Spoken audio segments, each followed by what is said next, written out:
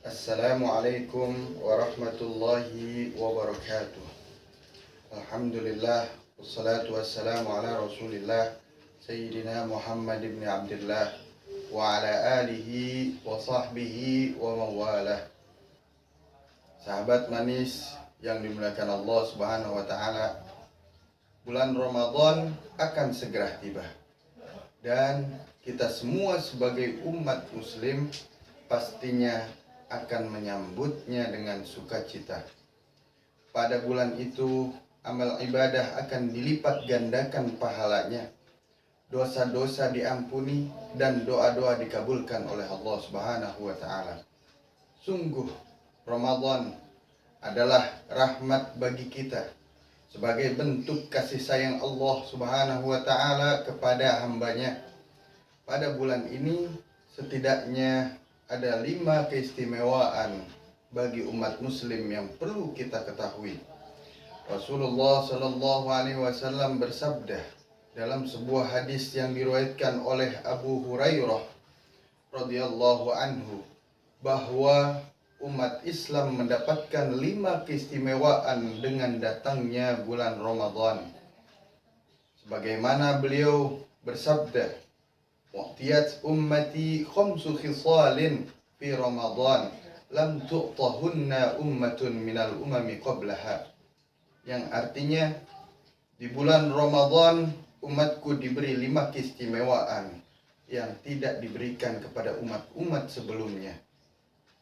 Kelima keistimewaan tersebut adalah: yang pertama, khulufu famis shaimi atyabu indallah min rihil misk, yang artinya bau mulut orang yang berpuasa di hadapan Allah lebih baik daripada minyak misik. Secara jujur kita mengakui bahwa bau mulut orang berpuasa tidak sedap. Hal ini terjadi karena produksi air liur dalam mulut dan dalam saluran pencernaan berkurang sehingga menjadi lebih kering. Akibatnya timbul halitosis atau bau mulut yang khas yang tidak jauh berbeda dengan ketika kita baru bangun tidur.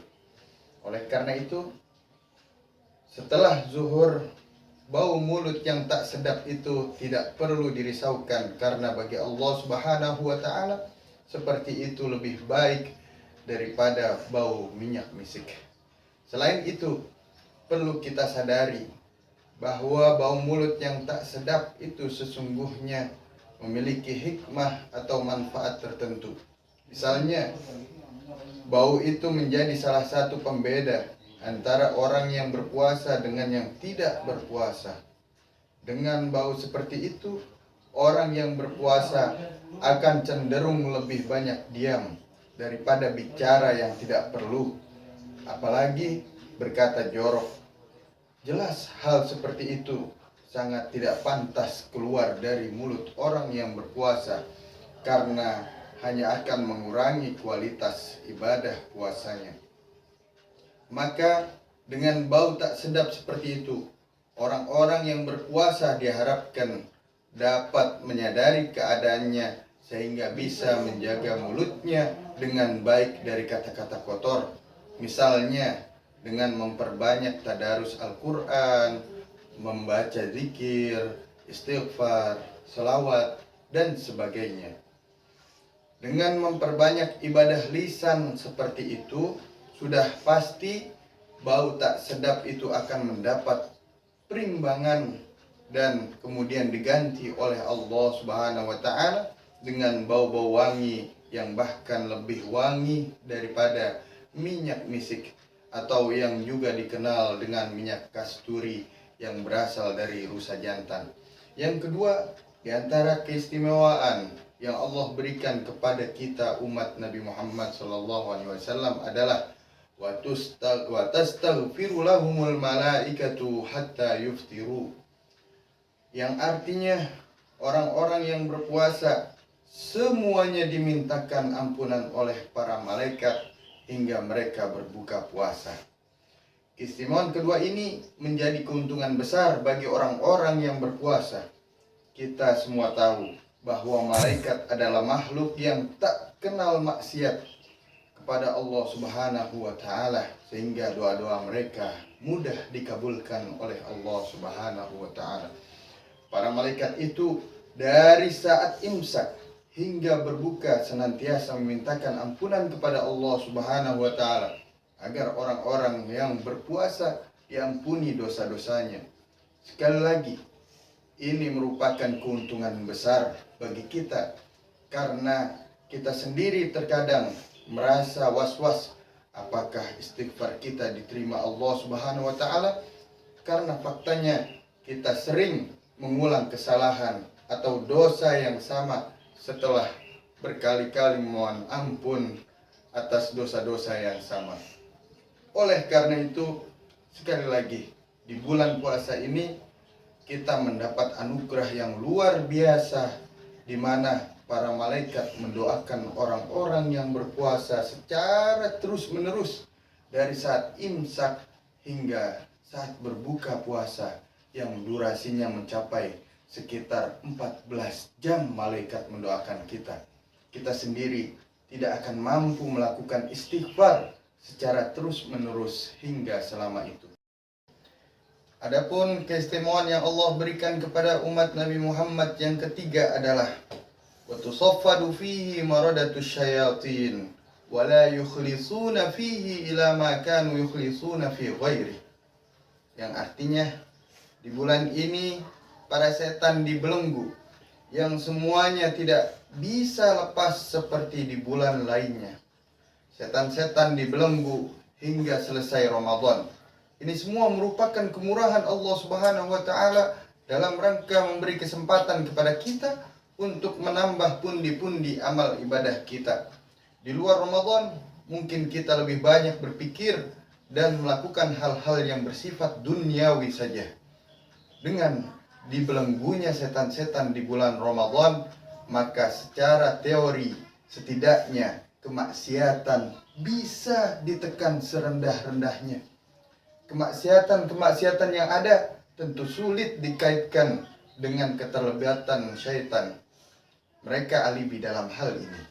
Jika demikian halnya, maka kemaksiatan-kemaksiatan itu timbul karena kesalahan kita yang tidak mampu mengendalikan hawa nafsu yang ada dalam diri kita sendiri. Sahabat manis yang dimuliakan Allah, adapun keistimewaan yang keempat yang Allah berikan kepada kita sebagai umatnya adalah wa yuzayyinullahu lahum kulla yawmin jannatahu thumma yaqulu yushiku ibadis shaimuna ayyulku anhumul maunata wal adha wa yasiruna ilaika, yang artinya setiap hari di bulan Ramadan Allah Subhanahu wa taala memperindah surga untuk orang-orang yang berpuasa. Kemudian Allah berfirman, para hambaku yang melakukan puasa hampir menemukan hasil dan dari jerih payahnya hingga sampai kepadamu wahai surga. Keistimewaan keempat ini di mana Allah Subhanahu wa taala menghiasi surga dengan indahnya untuk menyambut para hambanya yang berpuasa, menunjukkan bahwa ibadah puasa memiliki nilai spiritual yang sangat tinggi. Kepada surga Allah berfirman, para hambaku yang berpuasa hampir menemukan hasil dari jerih payahnya hingga sampai kepadamu wahai surga. Kalimat tersebut mengandung arti bahwa tak ada balasan bagi orang-orang berpuasa kecuali surga, karena ibadah puasa memang untuk Allah Subhanahu wa taala, sehingga Allah sendiri yang akan membalasnya sebagaimana disebutkan dalam hadis yang diriwayatkan oleh Imam Al-Bukhari, kullu amali bani Adam lahu illa shaum fa innahu li wa ana ajzi bihi. Semua amal manusia adalah miliknya kecuali puasa. Sesungguhnya ia adalah milikku dan aku yang akan memberikan balasannya. Hadis tersebut mengungkapkan bahwa ibadah puasa urusannya dengan Allah Subhanahu wa taala. Allah yang memerintahkan Dia pula yang mengatur segala sesuatunya. Sahabat manis yang dimuliakan Allah Subhanahu wa taala, adapun keistimewaan yang Allah berikan kepada kita yang kelima adalah wa yaghfiru lahum fi akhir lailah. Qila ya Rasulullah, ahiya lailatul qadar? Qala la, walakinnal 'amila innama yuwaffa ajruhu idza qada 'amalahu. Yang artinya, dan di akhir malam bulan Ramadan Allah Subhanahu wa taala memberikan ampunan. Kemudian Rasulullah ditanya, apakah itu malam Lailatul Qadar wahai Rasulullah? Beliau menjawab, bukan, hanya saja bagi orang yang beramal maka akan mendapatkan pahala ketika sudah usai mengerjakannya. Dalam keistimewaan kelima ini, Allah mengampuni orang-orang yang berpuasa pada setiap akhir malam, dan itu bukan merupakan Lailatul Qadar. Lailatul Qadar adalah satu hal. Ampunan Allah pada setiap akhir malam di bulan Ramadan merupakan hal yang lainnya. Artinya, orang-orang berpuasa berhak mendapatkan ampunan sebagai imbalan ibadahnya kepada Allah Subhanahu wa taala. Sedangkan Lailatul Qadar diberikan kepada orang-orang tertentu sesuai dengan pilihan Allah Subhanahu wa taala sendiri. Maka beruntunglah mereka yang selain mendapatkan ampunan dari Allah Subhanahu wa taala juga mendapatkan kebaikan Lailatul Qadar yang nilainya lebih tinggi daripada kebaikan 1000 bulan. Jika keistimewaan kelima ini dihubungkan dengan keistimewaan kedua di atas, yakni malaikat memintakan ampunan kepada Allah Subhanahu wa taala untuk orang-orang yang berpuasa, maka menjadi klop dan jelas bahwa orang-orang yang berpuasa diampuni dosa-dosanya sebagaimana juga disabdakan oleh Rasulullah SAW dalam hadis beliau yang diriwayatkan dari Abu Hurairah radhiyallahu anhu, "Man shama Ramadhana imanan wa ihtisaban ghufira lahu ma taqaddama min dzambih." Yang artinya, barang siapa yang menjalankan ibadah puasa di bulan Ramadan semata-mata karena Allah Subhanahu wa taala dan mengharapkan ganjaran daripada Allah Subhanahu wa taala, maka diampunilah dosa-dosanya yang telah lewat. Kelima hal yang sudah saya jelaskan tadi sebagaimana telah diuraikan merupakan keistimewaan bulan Ramadan yang hanya diberikan kepada umat Nabi Muhammad SAW. Maka dengan puasa ini kita jadikan sebagai rasa syukur kita sebagai umat Nabi Muhammad SAW. Untuk itu, semoga kita semua dapat menjalankan ibadah puasa tahun ini dan tahun-tahun berikutnya dengan sebaik-baiknya, sehingga kelima keistimewaan di atas dapat kita raih seluruhnya. Amin amin ya rabbal alamin. Allahul muwaffiq ila aqwamit thariq. Assalamualaikum warahmatullahi wabarakatuh.